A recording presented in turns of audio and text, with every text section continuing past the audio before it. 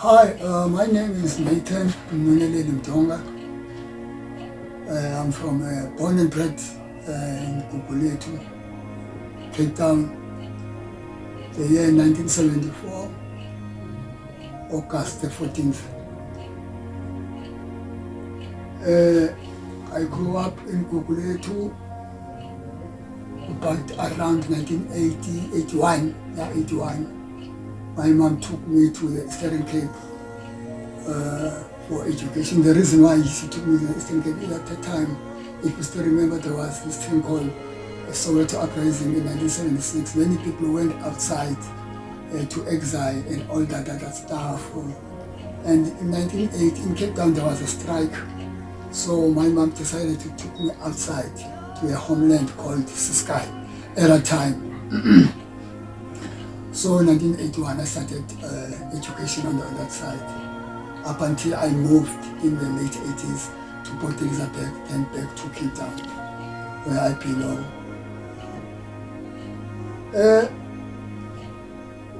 I'm a cancer patient. When this thing started, it started in the year of 2020. I started to feel the pains somewhere in my blood, in somewhere here. Just pains, just normal pains, but sometimes you can feel like these pains. But I think that was somewhere in February. Then in March, there was a lockdown in South Africa. So there was no way to go to the clinic whatsoever, hospital, starting from March. So I sat with that pain, but I can move around, do everything, socialize and everything, attend meetings. As the member of the ANC in my community, I can attend meetings of the ANC, do everything, go out with my friends, all that stuff. Somewhere in December 2020, I went to the Eastern Cape to bury my friend, who was the comrade actually. So we went there, and almost in the funeral, we eat a lot, we eating, drinking and all that stuff. So when I came back to Cape Town, because the funeral was on the weekend, then we came back Sunday. Monday I was here. Late Monday, I drank something to clean up my stomach. So my stomach, I must clean up my stomach because I have eaten a lot on that side. There were mixed food, you see, meat, veg and all that stuff. So I don't feel. So I ate that thing. What happened? My stomach started to work.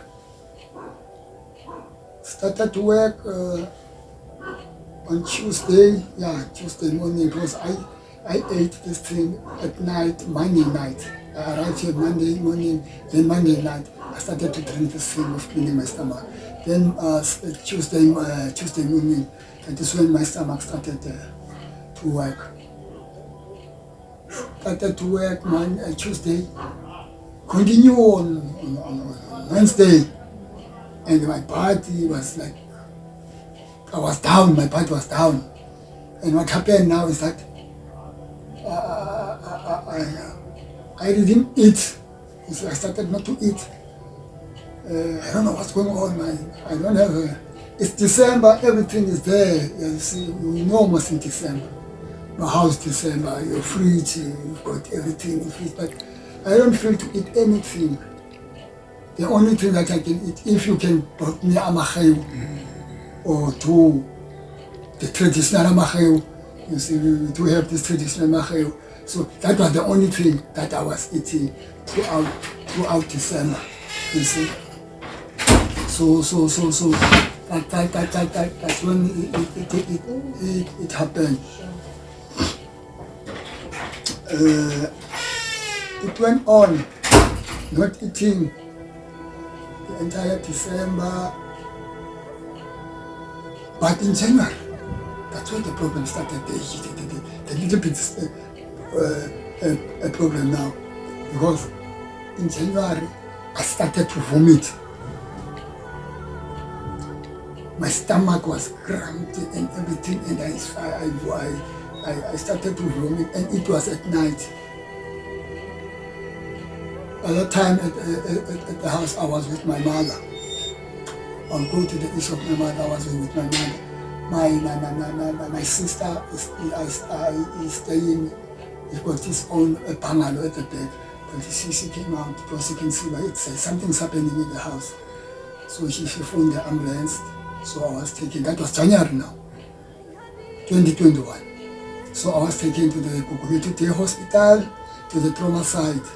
I was checked there, but there was no X-ray, just checked, and because they have to listen from you, what makes you to be here, what happened. So I told them, this is what happened and all that stuff.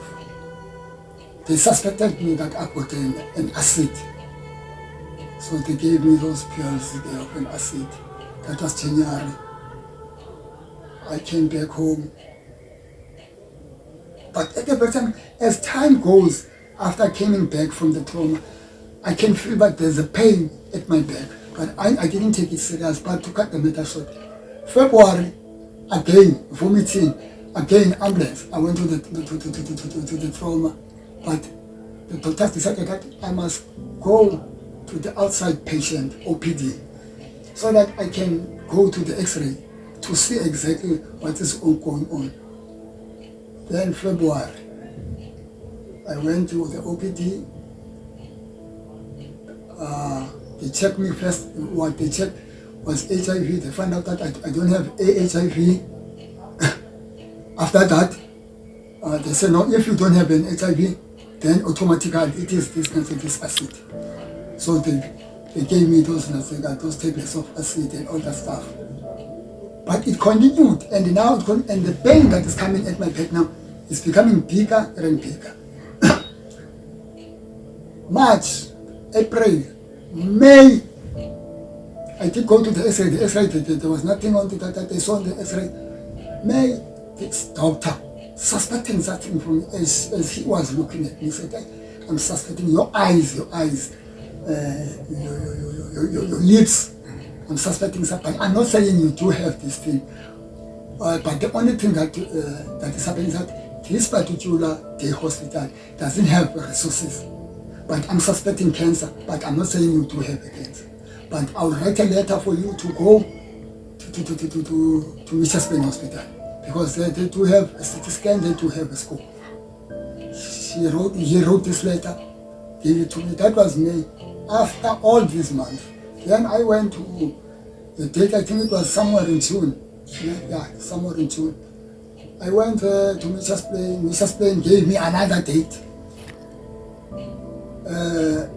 Somewhere in July, but on the week that I was supposed to go, on the 11th, it was on Sunday, 11th July, the president called another lockdown. The second, there was a lockdown, but now he called another 14-day of a lockdown. So Monday, the 12th, they phoned me, because I was supposed to be there on the 14th. They phoned me on Monday that Mr. Mdonga, so and so, we are postponing this cancel of yours, but you will hear from us. And the pain at that time,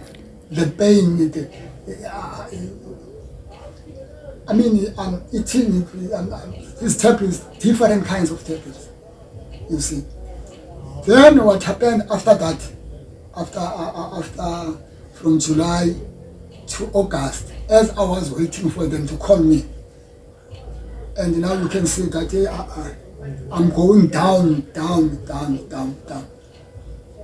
A Samaritan, I'll call it that way, said to me, what can I help you? I said to him, can we go to a private doctor? What I want from the private doctor, he must just write a letter so that I can get inside Mr. Spain Hospital. This is what I want to happen. And at that time, I was doing damage here at home. I was doing damage. My stomach was working heavily. Now that is where my mother said, you better now wear a nappy, because it's hard for me to take 2-3 steps. I'm done. and the toilet is there, you see. So it's better for you to wear a nappy. So she had a nappy, my mom. So she gave me these nappies, so I wear them. So it was much better when the stomach runs, so I can at least go to the back for the toilet or the stuff. Then I went, this guy took me to this doctor, and I told the doctor, and the doctor, okay, check me, and after checking me, she wrote this letter referring me to Spain Hospital. On my arrival at the hospital, they didn't start with the pain, but what they started was to stop this issue of my stomach that is running. They stopped it, they gave me another date, which was on the 8th of September for a scope. I went there, but the scope happened the following day because they saw something. Yes. So the following day on the 9th, that is when they put the scope on me, on this side of my anus, and that is where they saw the results came out the same day. They say that my number 1 is blocked and my number 2 is blocked. So they are going to do an operation for number 2, as you can see here. You see? Yeah, so they put this thing on me. They say for number 1, they are going to take me to Grooteskier Hospital because the specialist for urology in Grooteskier, and thirdly, you've got a cancer, sir, Mr. Mdonga. They told me that you've got a cancer. Yes, sir. Yeah, but I didn't, yes, shocked, but not so much shocked. That it just came as something that I was waiting for. I don't know, man, it just came up as something that I was waiting for it. But yeah, but what was good for me was that I know from today what is inside of me, what makes me to be like this. That was the very important thing for me on that day, on the 9th, when the results came, 9 September. So the date I said, but on the 7th, so I said, doing this operation, they discharged me on the 17th, then on the 21st, is Monday, the following day, they gave me a date of the 21st that I must go to Grooteskier. I think now I was there for both the urology and the cancer. I went to Grooteskier. They started this thing, putting there's a thing called, they call it a sting, next thing, something like that. But it's a pipe that runs between my kidney, my right kidney, and my bladder, so that my urine can move, because my urine wasn't coming out, so that it can move. So they put me that. While I was there, my mom was very sick. They took my mom to hospital. My mom too had the same problem of a cancer. And while I was still there, doctors looking for my mom passed away for the same problem of a cancer. But I said she was too old, and the pains that I am currently having, in this bed here in Grooteskier, at her age, she cannot took them.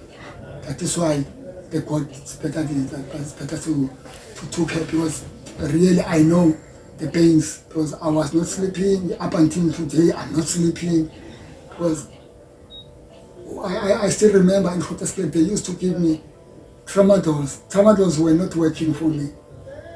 So I told the doctor that these tramadols are not working. They give me morphine, 5 millimeter of a morphine, 4 times a day. I told them that even this 5 millimeter doesn't work. They say 7.5 was not working. They went to 10 millimeter, 4 times a day. That's what 5 times a day. I mean, yes. That's what I was telling you. From the morphine, morphine is the best. Is the best to minimize the pain so that you can move. You know, the problem that I was having or the problem that I want to raise here. It's a delay from January in the Gugulethu Day Hospital. Not me having a proper inspection. They are just talking with Malpitu, just like a discussion, but they don't know exactly what is inside of you. There are doctors there, but there are no resources. I think that's one of the things that are to us poor communities like Gugulethu, Khayelitsha, Philip, and other areas. You see, Henlafeld, Yonekra, you name them here. Is that these day hospitals, they don't have resources, and I think the government must put resources. That is my pledge to the government, to put the resources, because it's very hard. And number two, you see, other thing that I saw in Grooteskier, while since now I'm usually in Grooteskier, is that I'm very sorry to say this, but they're black people. I'm not a racist because I'm a member of the ruling party in South Africa. I'm not a racist, but it's a fact that it's a lot of black people are there. And some of us black people, we don't know much about cancer. Because if you still remember, in the late 80s or in the 80s to early 90s, cancer was known only to the white people. And even on television, there was an advert that was said in English and Afrikaans, cancer can be beaten. And you can see only white people that, so we don't know nothing about cancer, you see. So that's another thing. And about the black people, particularly the male counterparts, my male counterparts, if we feel the pain, you see, this pain, I said it came 2020, somewhere in January. You understand? Up until, if at that time of January, I did went to the hospital or maybe to the private doctor, although I didn't have the money, you understand, to go to the private hospital to say, can you take me to Grooteskier, can you take me to such a place, Mr. Space, so that I can be checked? Yeah, we understand that. I should have known, because what is very important is for us to check. You must check the body, because this is the now. If you don't check, when this thing came, it came like it damages you. It damages you, because you can see from my side, it damages my bladder and all my number 2 and all that stuff. That is why I'm having this. You understand? So now you see another experience from me. Up until today, I'm still wearing a nappy, as you can see. Still wearing a nappy, because there are many things that are happening. You see, when you are eating the medication, because in February I went to the radiotherapy medication, and it knocked me down. It knocked me down. There are things that are coming out at your back, in us. Many things, so you have to wear your nappy, because if you don't wear it, the trouser that you are wearing will be wet. So you have to each and every time. But at that time it was hard, because I have to wear it because my stomach was running. That's another, and it's hard for a person who is poor, for us poor people, to have a cancer, because the hospitals are very full. Because I asked, I think 2 or 3 weeks ago, I was in Grooteskier, in that side of the trauma, because there was something wrong with me. So I asked this doctor, why can't you keep me for a night? He said, we can't keep a patient of a cancer. We don't have a place for a space for you guys. You are too much. If we can take patients, cancer patients, and you can make this Grooteskier hospital full just for you. And that doctor was right, because one day I was talking with other patients. I found out that these people were coming from Plettenberg Bay, as far as Plettenberg Bay. Some of them, they were coming from Mosselbaai. You see, so we need another hospital. That's another thing that the government must look at it, to have another hospital for this thing. But what is important is for for me, I want to do this thing of awareness amongst my community, because I think what I am having currently is very painful. As I'm sitting here now, 20 minutes ago, before you arrived, I went to the loo for a pee. After that came a huge pain. So it's a problem. So I think I need to do an awareness amongst my community. I think I must be the last person to have this thing, particularly on the male side, because we are the ones that are victims currently, because we don't want to go and sell ourselves.